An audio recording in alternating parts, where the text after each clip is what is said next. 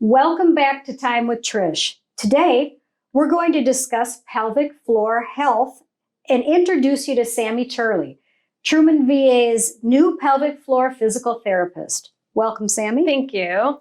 Great to have you here with us today, and great to have your services here in our facility. Thank you. Before we get started on some questions, could you tell us a little bit about yourself? Yeah, so I'm a physical therapist. I completed undergrad and grad school here in Columbia.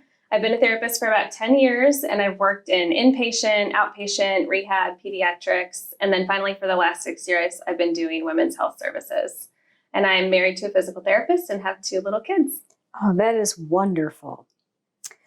Well, what exactly is pelvic floor therapy? So pelvic floor therapy is a type of therapy that is aimed at treating the muscles of the pelvic floor. So this is a model of the pelvis, and we have several muscles that make up the pelvic floor. So there's lots of things that can happen when these muscles go awry, and this type of physical therapy is what treats these muscles. Terrific. What conditions do pelvic floor therapists treat? So the big ones are incontinence, so involuntary leakage of urine, feces, or gas. We often also see low back pain, hip pain that isn't getting better with traditional therapy, and we find that pelvic floor therapy can be a treatment for that type of pain.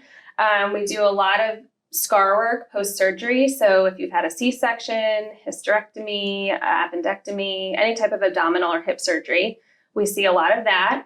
We also treat constipation. So sometimes people don't know how to relax their pelvic floor well enough to have a bowel movement easily. So they find themselves straining or having hemorrhoids. And we teach them how to move their muscles to be able to poop correctly. Another big one is painful sex. So a lot of women have pain with sex after having a baby, sometimes even before they've had a baby, if they have a history of trauma or other conditions that can affect the pelvic floor that way.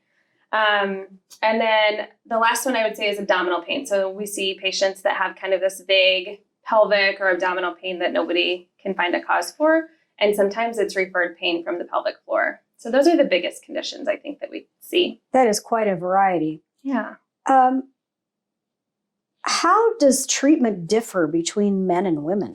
So men and women both have the same muscles in their pelvic floor, but women have a vagina and men don't. So for women, we access the muscles via the vagina.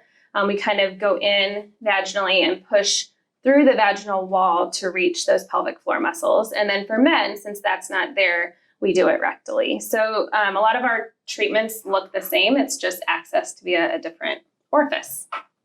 Very interesting. And what does a typical appointment look like with you? So the first visit, I take a long history. We ask a lot of questions to try and figure out what the cause of your problems might be. And then I'll do a full movement assessment. So I look at your range of motion in your spine and your hips. I poke on people's tummies and see where scar tissue adhesions are or where they might be holding tension in their abdomen. I look at the strength of the core and the stability of the hips. And then at the end of it, we look at the pelvic floor if the patient is okay with it. Interesting. What causes pelvic floor issues? There's so many things that can cause pelvic floor issues. For women, one of the biggest causes is pregnancy and childbirth, as well as trauma. I would say like 50-50 for each of those. When we have either a physical trauma or an emotional trauma, we often hold a lot of tension in those muscles in our pelvis. And that creates just a lot of holding patterns here. And then that can create abdominal pain or hip pain and back pain. We also see that surgery can cause pelvic floor issues. So if somebody has a C-section, for example, that scar is right here, and that scar tissue can grow into these pelvic floor muscles and cause issues there. We also see appendectomy scars, hysterectomy scars that just create tightness and holding patterns in those muscles. Very interesting. Well, how does a veteran that may have heard something that resonates with them get started to visit you?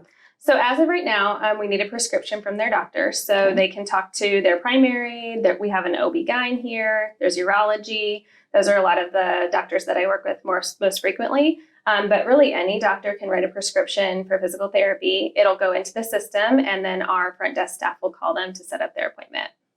Terrific. Well, thank you so much, Sami, for providing us with all of this information. And viewers, we want to hear from you on healthcare topics that are important to veterans. If you have an idea, please leave it below in the chat box, and we will pick up next month's topic from your questions. Thanks for watching Time with Trish, and I can't wait to see you next month.